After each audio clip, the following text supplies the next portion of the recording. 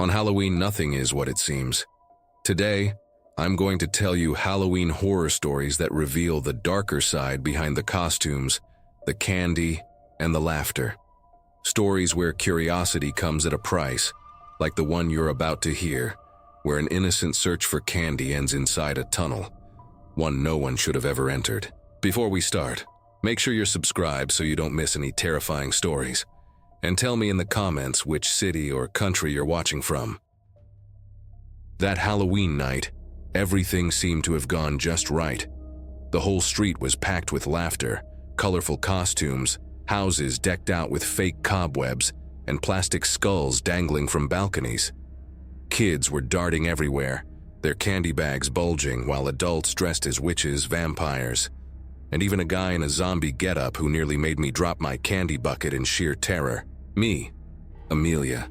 I was right in the middle of it all, rocking my bright orange pumpkin dress, a blinking bat headband, and a giant plastic bucket in my hands. I wasn't just there to have fun. I was there to break the candy record. I started with the neighbors up the street, then worked my way down house by house, following the sound of kids' voices. My mom let me go out alone that night because I knew everyone in the neighborhood. She just told me to be back by 9. And I would have been, but the problem was, after hitting up the brightest, most decorated houses, my bucket wasn't even half full. And I wanted more. I wanted it overflowing. That's when I started wandering farther away. The busy streets faded behind me, and the colorful lights began to disappear. I was walking down dimly lit sidewalks, passing houses with closed gates and dark windows. I was about to turn back when I spotted a poster taped to a crooked lamppost. It was big, with hand-painted red letters, and it read, "Tunnel Party, all the candy you can eat, tonight only." Below the words, an arrow pointed down a narrow, deserted street.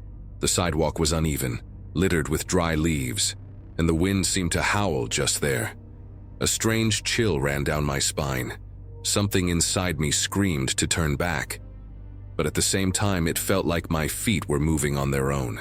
The promise of endless candy flashed in my mind like the neon lights of a toy store. And I went. With every step, the silence grew heavier. The sounds of kids laughing, the distant honks, everything faded away. All I could hear was my bucket bumping against my leg and the crunch of dry leaves under my feet. At the end of the street, I saw another arrow, stuck to a brick wall. It pointed to a spiral staircase, half hidden behind some bushes. The edges were covered in slime, and the railing was twisted. I hesitated for a second, but that pulling sensation grew stronger. I went down. At the bottom, I found a slightly ajar metal door. Above it, another poster, "Enter the tunnel. The party's already started." My heart was pounding. I felt a mix of excitement and fear, like I was being watched even though I was alone. I pushed the door open. The creak was deafening, like no one had opened it in years. On the other side was a narrow, dark tunnel, and the floor felt soft, like I was stepping on a wet carpet. But it wasn't carpet. It was something damp, sinking slightly with each step. The smell was awful, a mix of rot, mildew, and something metallic like rusted iron. There was no music, no voices, nothing that hinted at a party. Just the sound of my footsteps and the muffled echo bouncing off the walls. I kept walking. With every turn, I expected to see lights, hear someone, feel like any of this made sense. But only silence followed me. I started to sweat. The walls were so close, my shoulders nearly brushed against them. Sometimes I thought something moved behind me, but when I turned, there was nothing. Just the corridor, darker than before. Suddenly, small lights began flickering up ahead. I thought I'd finally made it. I quickened my pace, and that's when they turned on for good. Fluorescent lights, cold and white like the ones in a hospital. For a second, I wished they hadn't. The walls were covered in red stains. The floor, that wet carpet, wasn't carpet at all. There were pieces of clothes, bones, and other things I couldn't quite make out, but they looked like bits of people. There were handprints on the walls, deep scratches, like someone had tried to claw their way out. The air grew heavier. I was shaking so hard I could barely breathe. My eyes tried not to look, but it was impossible. Everything there screamed danger. A dry noise echoed from the depths of the tunnel, like something had fallen, or someone had tripped. I froze. The bucket slipped from my hand and clattered to the ground, spilling candy. But I didn't even think about picking it up. I only managed to take a step back, then another. But the tunnel wasn't the same anymore. The exit seemed farther away than before. I started walking fast, trying not to step on anything, not looking to the sides. I just wanted out. But with every step, the floor seemed to stick to my feet, like something was holding me back, like the tunnel didn't want to let me go. And that's when I heard it. A low laugh. It came from all directions at once, but also from nowhere. It wasn't a kid's laugh or an adult's. It was hollow, like it was coming from inside the walls themselves. I turned, but there was no one there, just the lights flickering again. And between flashes, I saw shadows, silhouettes hanging on the walls, some crawling across the ceiling. I froze. My breath caught. I wanted to scream, but my throat felt locked. I could only run, or try to, because with every step the tunnel grew more twisted, narrower, darker, and the sound behind me, now it was footsteps. Small, quick footsteps, like someone running barefoot. And the strangest thing, they sounded just like mine, like it was me, following myself. My feet pounded the floor as if the tunnel had come alive, as if every step I took woke something that had been sleeping down there for a long, long time. The sound of my footsteps echoed back, tangled with other noises, like there were more people running behind me. But there weren't. At least, not anyone I could see. The lights flickered nonstop. With every flash, the shadows on the walls seemed to move. A hand reached down from the ceiling and vanished, as if testing how far it could reach. Deep down, I knew this wasn't a normal tunnel. It wasn't a passage to anywhere. It was a trap, a pit where people were thrown, and then forgotten. At one of the turns, I tripped. I fell to my knees on a floor covered in thick, dark sludge that clung to my skin like it was alive. The stench hit me so hard I gagged. I threw up right there, unable to even stand. That's when I saw, up close, what was mixed into that sludge. Hair. Long, dirty strands tangled with bits of plastic, doll eyes, a broken headband. I staggered to my feet, trying not to think. Just walk, go back, get out. I repeated those words in my head like a mantra. The tunnel began to slope, like everything had been built to make me slide back in, deeper, darker. I clung to the walls, my fingertips brushing against things that felt like cold, damp flesh. Then I heard a voice. Soft, almost a whisper. "Amelia, you're late." I froze. My name. It knew my name. I looked back, and for an instant, between the flickering lights, I saw a figure standing at the far end of the tunnel. It was a girl. My size. Same clothes. Same bucket. But her face was wrong. Her eyes were too wide, and her smile didn't move. A dry, blood-painted grin split up to her cheek, and even though she wasn't moving, wasn't coming closer, she seemed nearer every time I blinked. I screamed. The sound barely escaped, muffled by the thick air. And I ran. I ran as hard as I could, not looking to the sides, kicking chunks of something, feeling my toes sink into what wasn't a floor. My eyes burned. My throat was on fire. And still, she was coming after me. Then the lights went out completely. Everything turned pitch black. I stopped, not by choice, but because something grabbed my ankle. A hand, cold and rough. I tried to kick free, screamed again. But it didn't help. It pulled me down. I fell sideways, my head hitting something hard. The world spun, the tunnel seemed to close in around me. The walls breathed, pulsed, and then I saw all the faces of those who had come before. Kids, boys, girls, all with hollow eyes, frozen in the darkness. A crowd of trapped souls like the tunnel fed on them. Like I was just the next one. I tried to crawl, used my elbows, my knees. The pain was so bad my body shook on its own. But I didn't stop, At the end of the tunnel, a tiny light flickered. Weak but real. I started crawling toward it, clinging to any hope of escape. When I got close, exhausted, I reached out, touched the wall, but the light vanished. And before I could understand, the whole tunnel trembled. A scream echoed, not mine, but hers. A scream like thunder from deep underground. I felt a jolt, an insane pressure on my chest, and then everything went black. When I opened my eyes, I was lying on the cold street. The sky was still dark, but the sounds of kids and footsteps had returned, like nothing had happened. My bucket was beside me, empty, the headband broken, and the poster was gone. I tried to explain to my mom, to the neighbors, even to the police when they came to ask questions, but no one believed me. They said I got lost, that I fainted, that it was all just a scare. But I know what I saw. I felt that presence.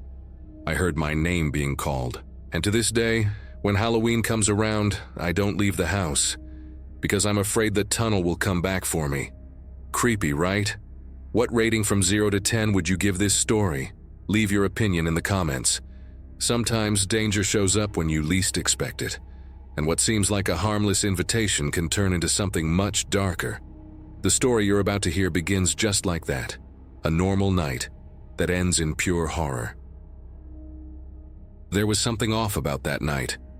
People were laughing, running around in costumes, but for some reason, I felt uneasy, like something was watching me from the shadows between the houses.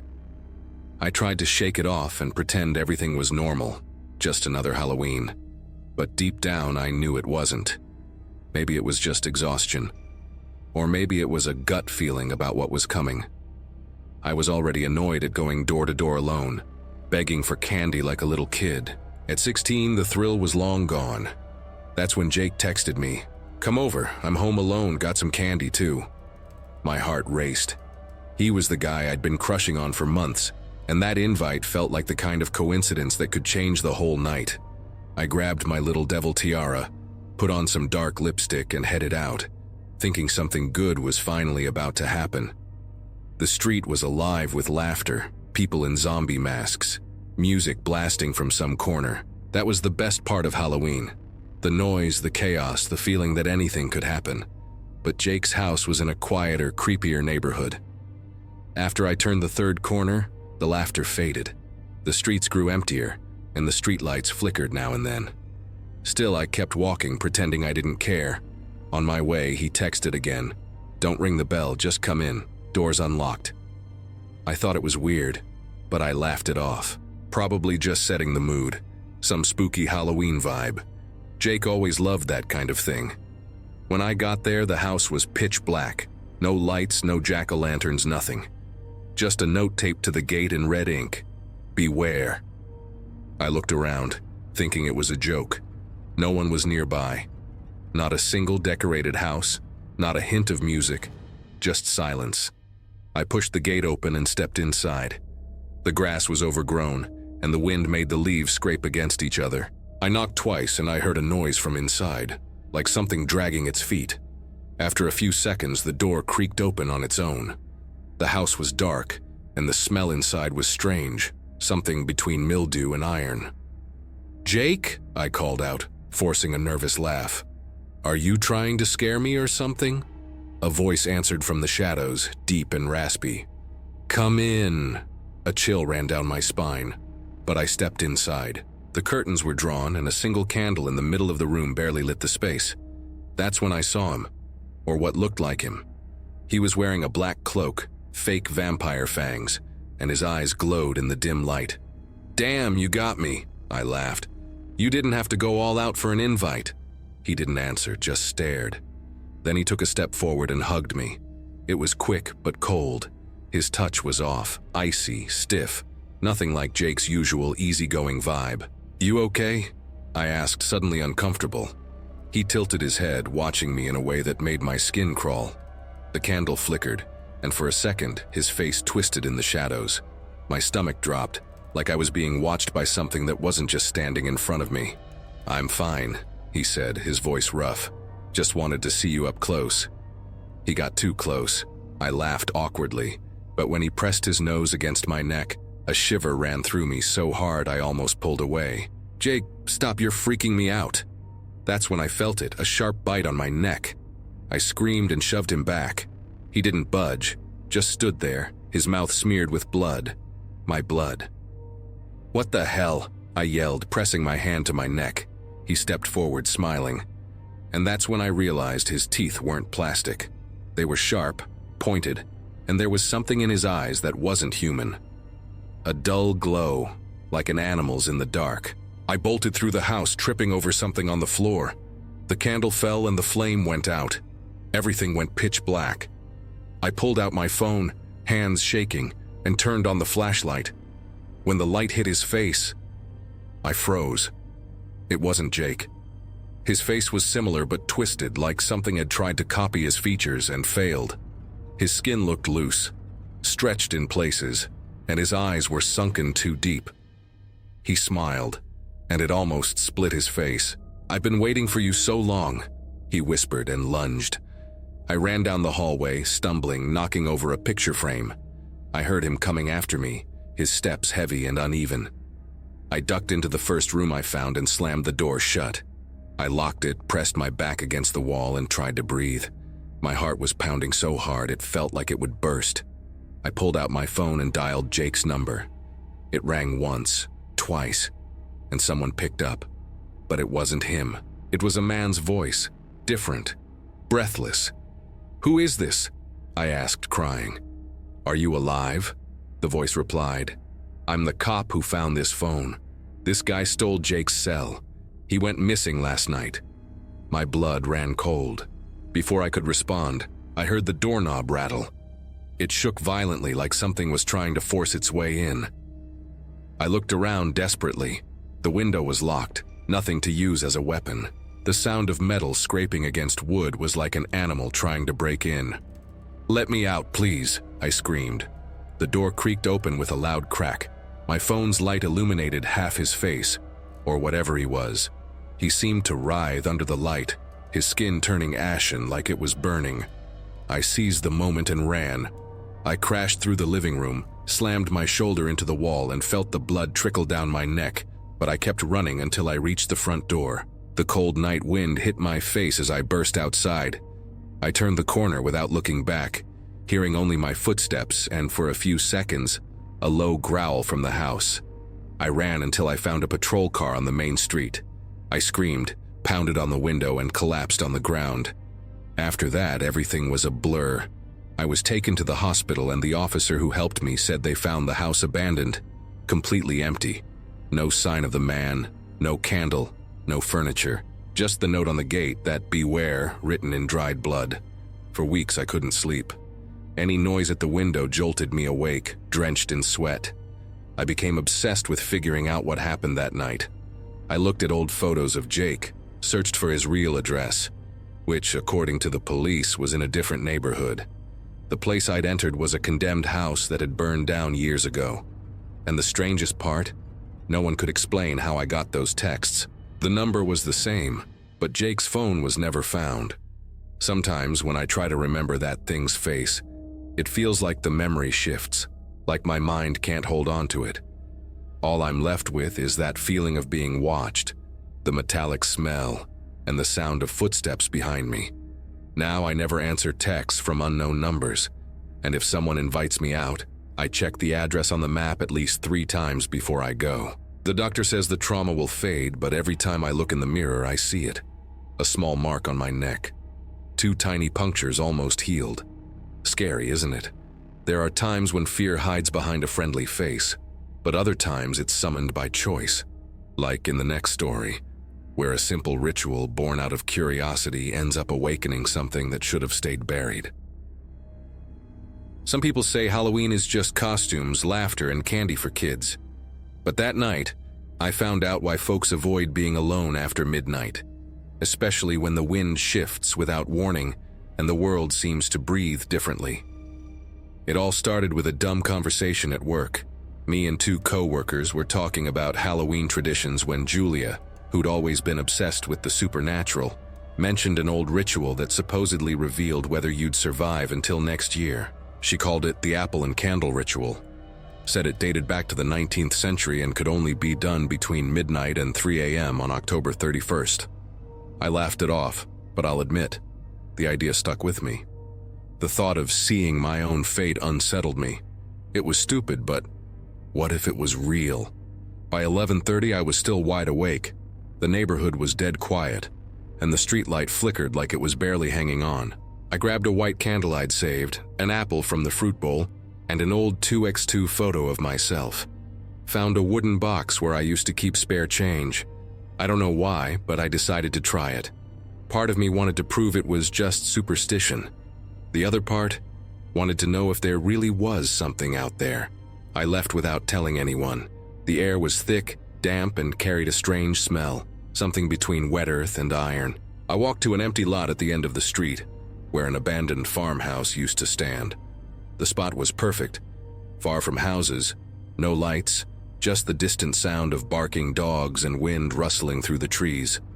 I drew a circle on the ground with a dry stick, placed the box in the center, and set the lit candle on top. The flame flickered but didn't go out. I sat in front of it, staring, trying to remember what Julia had said. The phrase was simple. Noose. Just that. She said it was an old word, maybe Celtic, symbolizing the boundary between worlds. I took a deep breath and repeated it, low and unsure. Nus. At first, nothing happened. Just the sound of the candle burning and the wind gently stirring the leaves. But after a few seconds, I felt something, like someone had stepped up behind me. The kind of feeling that locks up your body, makes the hairs on your arms stand on end. I tried to ignore it, kept staring at the flame. Nus, I repeated. The wind picked up, cold and sharp. The flame wavered but stayed lit. Then I heard it. Footsteps. Slow. On the dirt behind me. Every instinct screamed to turn around, but the rule was clear. Don't look back. They say if you do, whatever's there crosses the circle. I swallowed hard and squeezed my eyes shut for a second, trying to think of something rational. But then, along with the footsteps, came a whisper, low, dragging, impossible to make out, and a smell of rotten apples mixed with smoke. The candle trembled harder. I opened my eyes and saw the flame had turned blue like gas. The ground seemed to vibrate slightly. The wind snapped sharply, and for a second the fire went out. A freezing chill ran down my spine. I stayed still, barely breathing, waiting. The rule said if the candle went out, the ritual ended. But when I tried to relight it, the wick wouldn't catch. It was damp, almost melting. Then something moved inside the box. I swear I heard a dry crack like the wood had contracted. I glanced and saw the lid lifting slightly. No wind, no touch. That's when I felt it. A presence right behind me. Heavy. Cold. Like someone was leaning their face over my shoulder. I tried to ignore it, but the thing breathed deeply, and the warm air brushed my neck. Don't look, don't look, I repeated in my head. Suddenly, a hand, or what felt like one, rested on my shoulder. The fingers were ice cold, too long. I couldn't move. I was frozen, feeling the weight of it. The wind stopped. Everything stopped, even the sound. All I could hear was my own heartbeat. After what felt like forever, the hand vanished. The flame relit on its own. No wind, just a weak, trembling light. The circle around me looked different, like it had darkened. I grabbed the box with shaking hands and got out of there as fast as I could, refusing to look around. The feeling of being watched followed me all the way to the gate. I knew I wasn't alone, but I didn't want to confirm it. Back home, I set the box on the table and just stared at it. The instructions were clear. Don't open it for 12 hours. I waited until dawn, trying to sleep on the couch. But every time I closed my eyes, I heard slow footsteps in the hallway. Sometimes the noise came from the kitchen, sometimes from the window. At 3:13 a.m., I heard something metallic hit the floor. When I checked, my lighter was there, open like someone had tried to light it again. Morning came, but the house felt cold, lifeless. The wall clock had stopped at exactly 3 a.m. I waited, the box sitting there, motionless, until noon. I opened it slowly, heart pounding. Inside, the apple was untouched, red, shiny like new. For a second, I laughed nervously, thought I'd beaten the fear. But then I noticed something. The photo had changed. The background, once white, now showed a dark shadow behind me. It was human-shaped, but the face was blurred, and the strangest part, one corner of the photo was burned. I put everything back and tried to forget. Over the next few days, I started noticing little things. The TV's reflection seemed to show someone standing behind the couch. The window pane had handprints in the morning, even though it had been closed all night. The smell of rotten apples started popping up in random places, and sometimes, late at night, the candle flame would relight on its own, even without a wick. I looked for Julia to tell her, but no one at work remembered her. I went to HR and found out there'd never been an employee by that name. No records, no badge, like she'd never existed.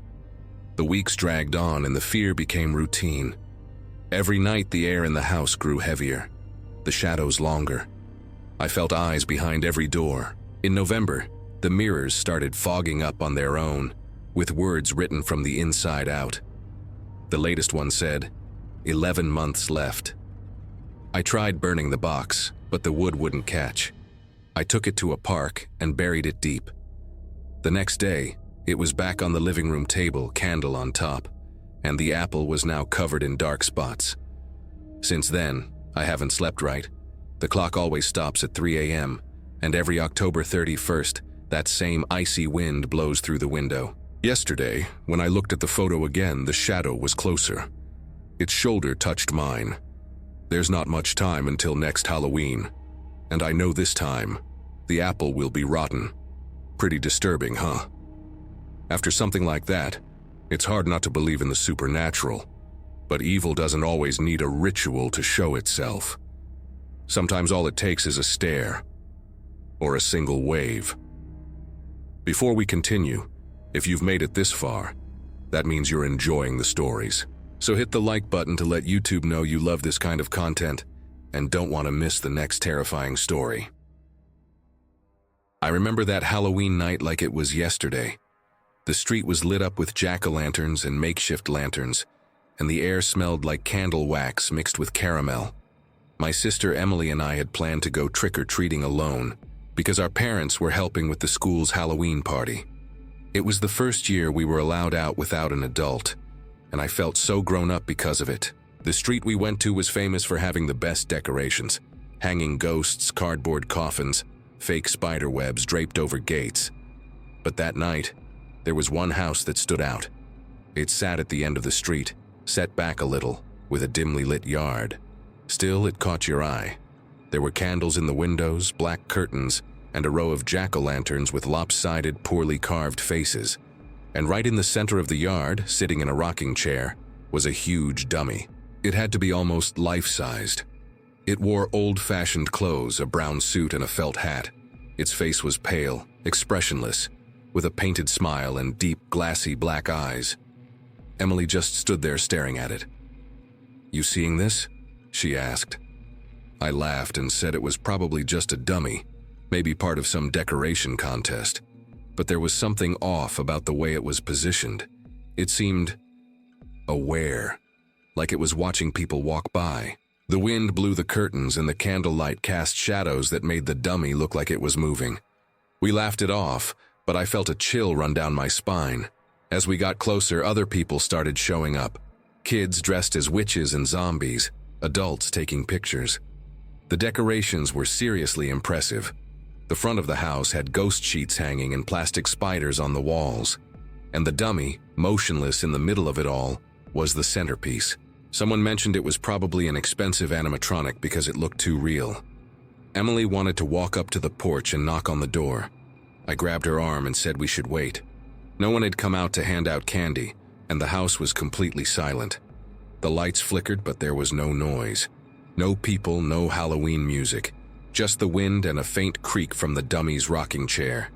Suddenly, a kid dressed as a vampire pointed and shouted, "It moved!" Everyone looked. For a second, I swear I saw the dummy's arm shift, slowly lifting its hand in a wave. It was subtle, but too natural for a static dummy. There was a pause, the kind where your heart skips a beat.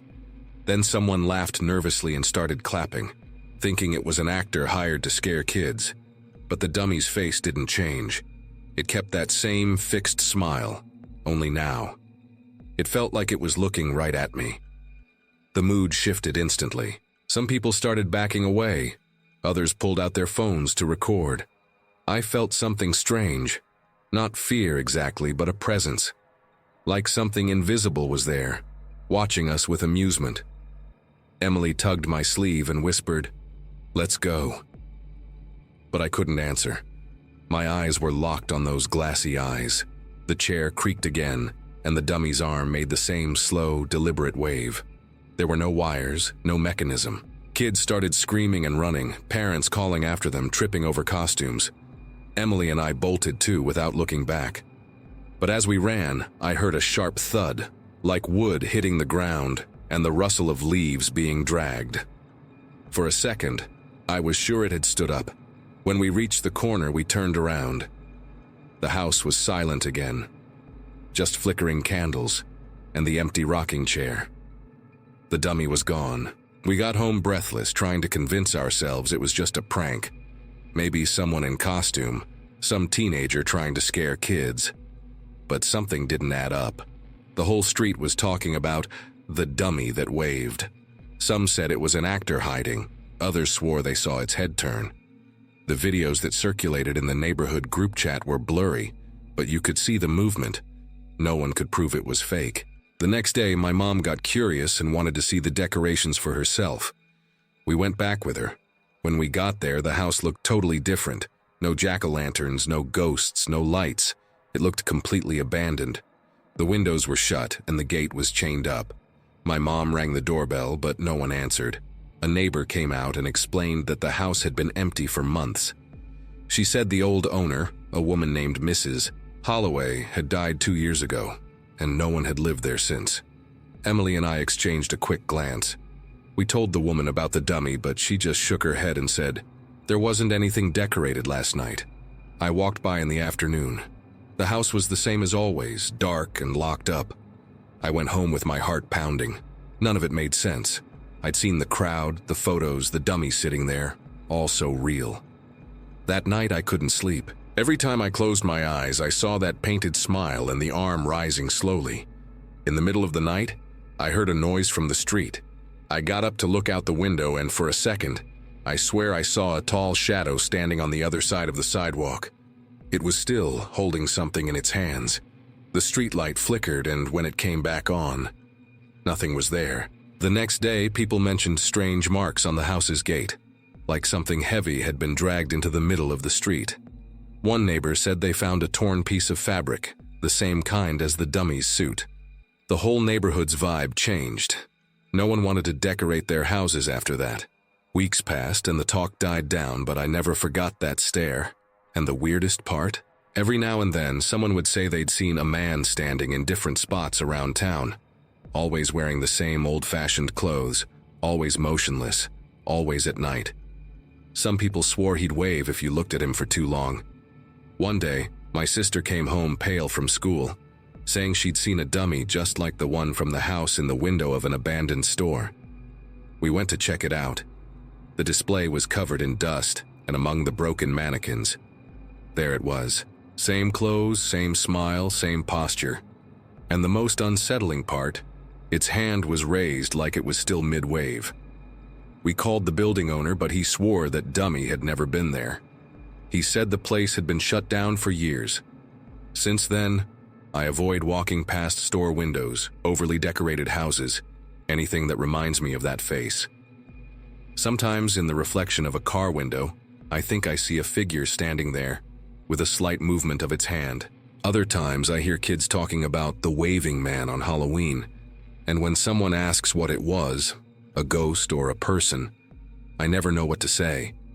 Because the idea of it being a ghost is terrifying, but the thought of it being a person, someone alive, disguised, appearing out of nowhere and vanishing after, is even worse.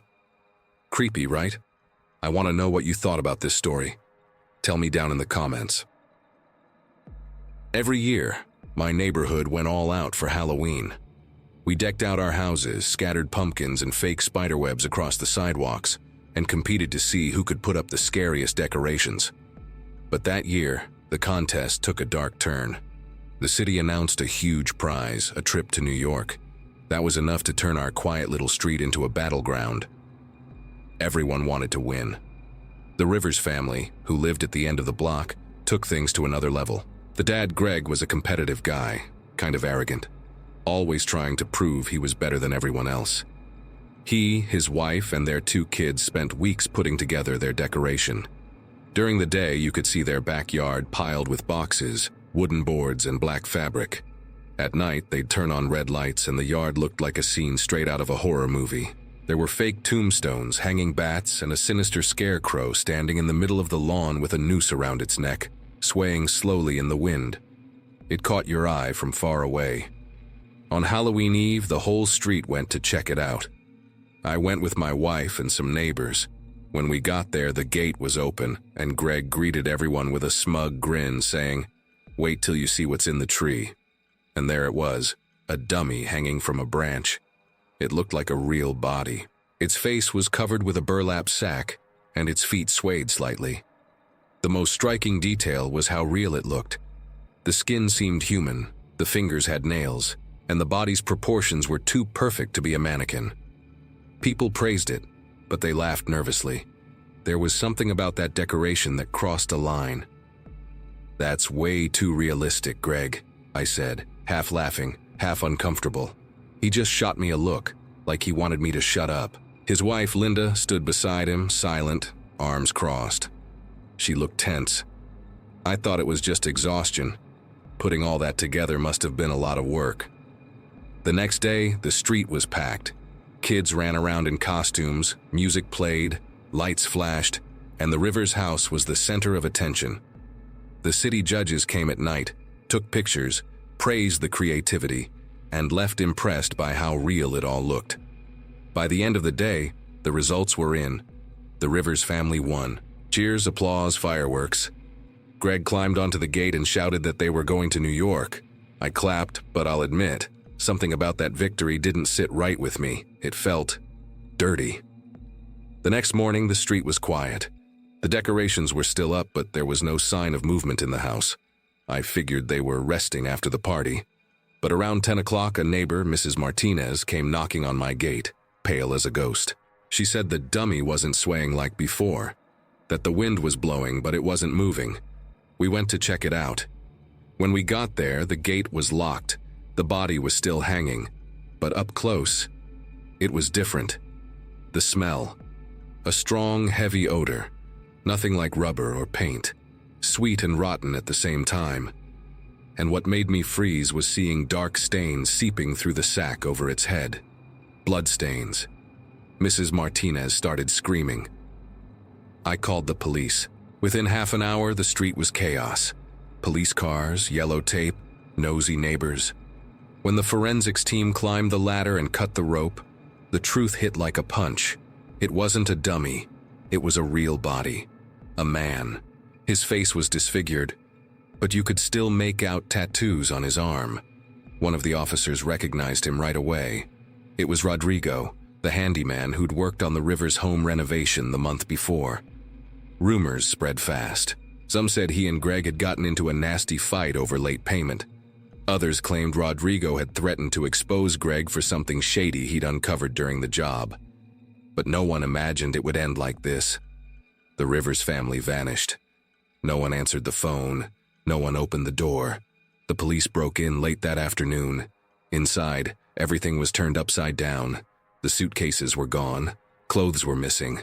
Half-eaten food sat on the table, like they'd left in a hurry. But the strangest part was the basement. Investigators said they found bloodstains on the floor, chains bolted to the wall, and charred pieces of wood.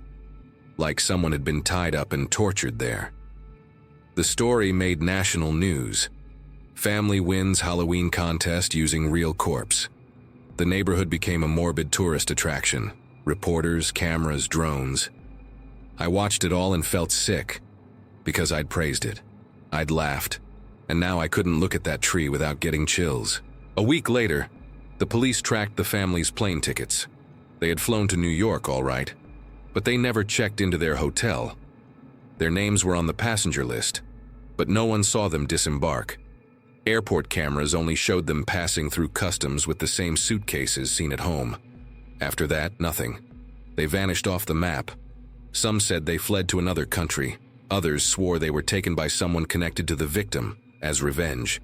But what haunts me to this day is what I found 2 days after the news of their disappearance. I was sweeping the sidewalk when I saw a white envelope stuck to my gate. No return address. Inside was a photo, a distant shot of the Rivers house at night, with the body still hanging. On the back, a message written in black ink. Not everything that seems fake is harmless. Since then, strange things have been happening in the neighborhood. Cats disappearing, noises in the backyard at night, lights flickering on their own. One night I woke up to a metallic sound coming from the Rivers tree. It was the same creaking noise the rope used to make. But the house remains empty, abandoned, covered in mold and graffiti. Still, sometimes you can see a shadow near the basement window. Some say it's the handyman's ghost. Others think the family came back in secret. I don't know. But there are days when the wind blows, and the rope sways on its own with no one around. And always right after, that smell comes back, sweet and rotten. Over time, the story became an urban legend. Kids say if you stand in front of the house on October 31st and stare at the tree for more than 10 seconds, you'll see the body hanging again, just like before, swaying slowly. And if you try to take a picture, nothing shows up, just a dark blur, with something that looks like a face smiling from behind the sack. The city ordered the house demolished, but the lot remains empty, overgrown with weeds. No realtor can sell it. They say anyone who tries to live there starts dreaming of ropes, whispers, and a man repeating the name Greg over and over. Some wake up with bruises on their necks, like they've been choked in their sleep. I've thought about moving, but I can't bring myself to do it. It's like something's holding me here. Like the neighborhood changed after that. Every Halloween, someone decorates their house and hangs a dummy that looks like the Rivers creation. No one knows who starts it, but every year, the body moves to a different spot, always looking more real. People pretend it's a joke, just a morbid tradition. But I know. I see the difference. The skin, the hands, the way the fingers curl. That's not plastic. Sometimes I stand by the window, trying to figure out who would do such a thing. And the same thought always comes to me. The prize, the trip, the disappearance. It all felt like an exchange. A kind of pact. Like Halloween had claimed its price. And now, every year, someone new has to pay. It's hard to believe something so terrifying could happen on a night meant for fun, isn't it? If you've made it all the way here, comment, puppet, so I know you survived with me until the last scare. And don't forget to subscribe to keep hearing stories that'll make you think twice before turning off the lights. If this video gave you chills, leave a like. It helps bring more terrifying stories like these. There's another video right here with more horror stories. Click it and keep going with me there.